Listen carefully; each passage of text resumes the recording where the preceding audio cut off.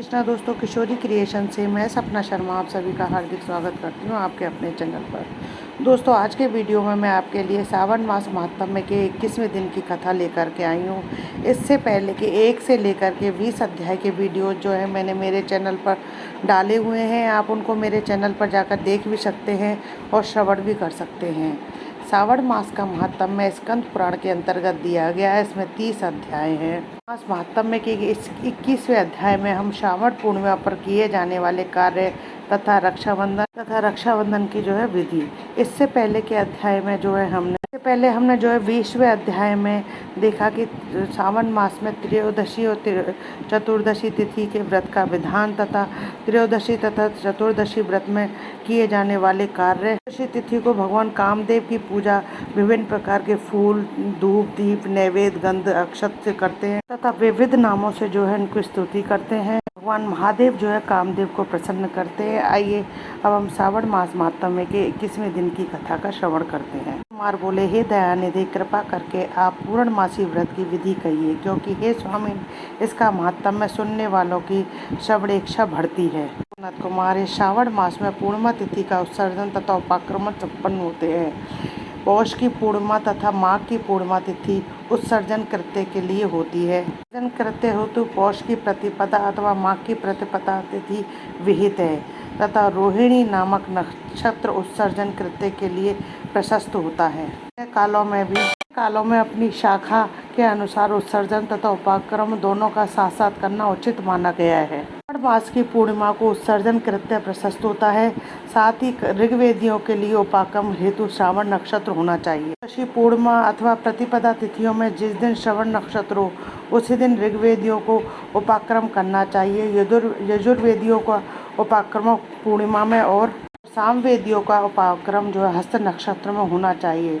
शुक्र तथा गुरु के अस्त काल में भी सुखपूर्वक उपाक्रम करना चाहिए, किंतु इस काल में इसका आरंभ पहले नहीं होना चाहिए, ऐसा शास्त्र वेदों में का मत है। क्रांति से दूषित काल के अनंतर ही इसे करना चाहिए। हस्त नक्षत्र युक्त पंचमी तिथि में अथवा भाद्रपद पूर्णिमा तिथि में उपाक्रम कर्म अपने अपने सूत्रों के अनुसार उत्सर्जन तथा उपाक्रम करें।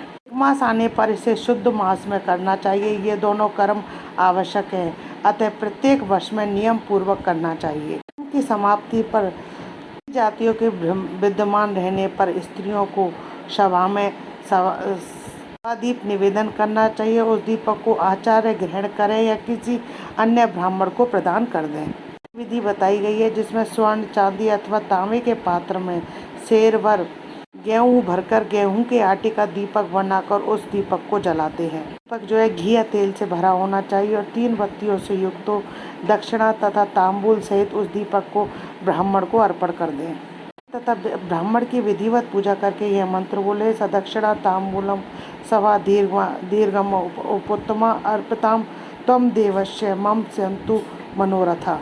तथा तांबूल से युक्त यह उत्तम सवादीप मैंने देव को निवेदित किया। मेरे मनोरथ पूर्ण सवादीप प्रदान करने से पुत्र पौत्र आदि से युक्त कुल वंश उज्ज्वलता को प्राप्त होता है और यश के साथ निरंतर बढ़ता रहता है। करने वाली स्त्री दूसरे जन्म में देवांगनाओं के समान रूप प्राप्त करती है। वह सौभाग्यवती हो जाती है और अपने पति को अत्यधिक प्रिय पात्र होती है।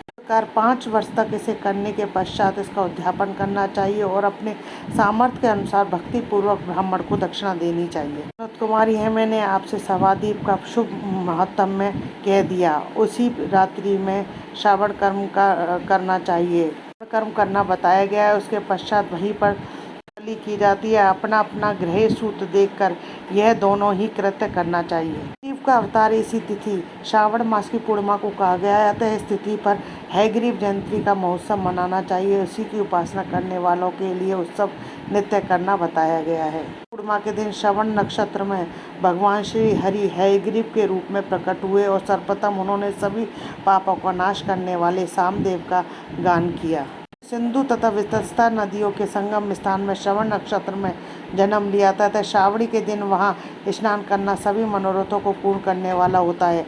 इस दिन वहां धनुष, चक्र तथा गदा धारण करने वाले विष्णु की विधिवत पूजा करनी चाहिए।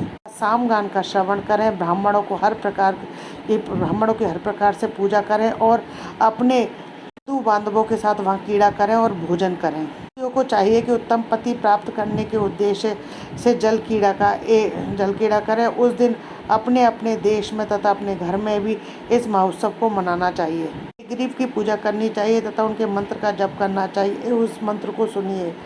आदि में प्रणव तथा उसके बाद में नमः शब्द लगाकर बाद में हे भगवते जोड़कर उसके भी बाद आत्मोचन शब्द को चतुर्थी विभक्ति या आत्मविमोचनाय लगानी चाहिए। अंत में नमः शब्द प्रयुक्त करने में 18 अक्षरों वाला ओम नमो भगवते धर्माय आत्मविमोचनाय नमः मंत्र बनता है। वह सभी सिद्धियां प्रदान करने वाला और 6 प्रयोगों को सिद्ध करने वाला है। इसमें प्राप्त करने वाला और यह 6 प्रयोगों को सिद्ध करने वाला है। इस मंत्र का उच्चारण 18,18,000 जप है।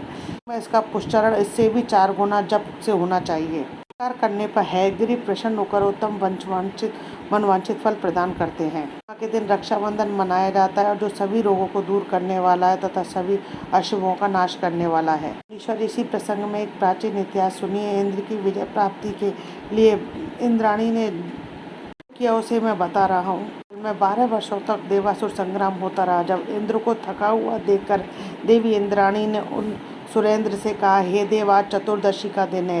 प्रातः होने पर अब सब ठीक हो जाएगा। रक्षाबंधन अनुष्ठान करूंगी, उससे आप अजय हो जाएंगे। तब ऐसा कह करके इंद्राणी ने पूर्णमासी के दिन मंगल कार्य संपन्न करके इंद्र के दाहिने हाथ में आनंददायक रक्षा बांध दी। उसके बाद ब्राह्मणों के द्वारा रक्षाबंधन किए गए। रक्षाबंधन से युक्त इंद्र ने दानव सेना पर आक्रमण किया और क्षण भर में इसे जीत लिया। इस प्रकार विजयी होकर इंद्र तीनों लोक में पुनः प्रतापवान हो गए। मैंने आपसे रक्षाबंधन के इस प्रभाव का वर्णन दिया है। विजय प्रदान करने वाला, सुख देने वाला, पुत्र, आरोग्य, धन प्रदान करने वाला है। सनत कुमार बोले, हे देव श्रेष्ठ, यह रक्षाबंधन किस विधि से किस तिथि में तथा कब किया जाता है? हे देव, कृपा करके यह सब भी बताएं। जैसे जैसे आप अद्भुत बातें बताते जा रहे हैं, वैसे वैसे अनेक अर्थों से युक्त कथाओं को सुनते हुए मेरी तृप्ति नहीं हो रही है। बुद्धिमान मनुष्य को चाहिए कि सावन का महीना आने पर पूर्णिमा तिथि को सूर्योदय के समय श्रुति स्मृति के विधान से स्नान करे। बाद संध्या जप आदि करके देवताओं, ऋषियों, पितरों को तर्पण करने के बाद में स्वर्ण में पात्र में बनाई गई स्वर्ण सूत्रों से बंधी हुई आदि से विभूषित स्वच्छ रेशमी तत्वों से निर्मित विधिवत विचित्र ग्रंथियों से सुभूषित पदगुच्छों से तथा सर्प तथा अक्षसों से गर्वित एक अत्यंत मनोहर रक्षा बनाएं। उसके बाद कलश से स्थापना करके उसके ऊपर पूर्ण पात्र रखें। पुनः उस पर रक्षा कोच स्थापित कर दें। उसके बाद रम्य आसन पर बैठकर के साथ अंगनाओं के नृत्य आदि तथा कीड़ा मग्न कृत्य में अलंगन रहे। उसके बाद यह मंत्र पढ़कर पुरोहित रक्षाबंधन करे। वद्दो बलि राजा वेंद्रो महाबला त्वाम वंदनामि रक्षे माँ चल। इस बंधन से महान बल से संपन्न दानवों के प्रति राजा बलि बांधे गए थे। इसे मैं आपको बांधता हूँ। हे रक्षे, चलायमान मत हो। पर क्षत्रिय, वैश्यों, शूद्रों तथा अन्य मनुष्यों को भी चाहिए कि वे यत्न पूर्वक ब्राह्मणों की पूजा करें, रक्षाबंधन करें। जो इस विधि से रक्षाबंधन करता है वह सभी दोषों से रहित होकर वर्ष पर्यंत सुखी रहता है। को जानने वाला जो मनुष्य शुद्ध श्रावण मास में इस रक्षाबंधन अनुष्ठान को करता है वह पुनः पुत्र, पौत्रों तथा सज्जनों के सहित 1 वर्ष भर में अत्यंत सुख से रहता है। व्रत करने वालों को चाहिए कि भद्रा में रक्षाबंधन ना करे, क्योंकि भद्रा में बांधी गई रक्षा विपरीत का फल देने वाली होती है। स्कंद पुराण के अंतर्गत संवाद में श्रावण मास महत्व में उपक्रम उत्सर्जनम श्रावण मास सर्व बलि आदि हयग्रीव जयंती रक्षाबंधन विधि कथन नामक 21वां अध्याय संपूर्णम। दोस्तों, यदि आपको मेरा ये वीडियो पसंद आए तो प्लीज़ मेरे वीडियो को ज़्यादा से ज़्यादा लाइक और शेयर करें। यदि आप मेरे चैनल पर नए हैं तो चैनल को सब्सक्राइब करना ना भूलें। पास ही में बेल आइकन को दबाएं, जिससे मेरे आने वाले हर नए वीडियो का नोटिफिकेशन आपको मिल जाए। जय श्री कृष्ण दोस्तों।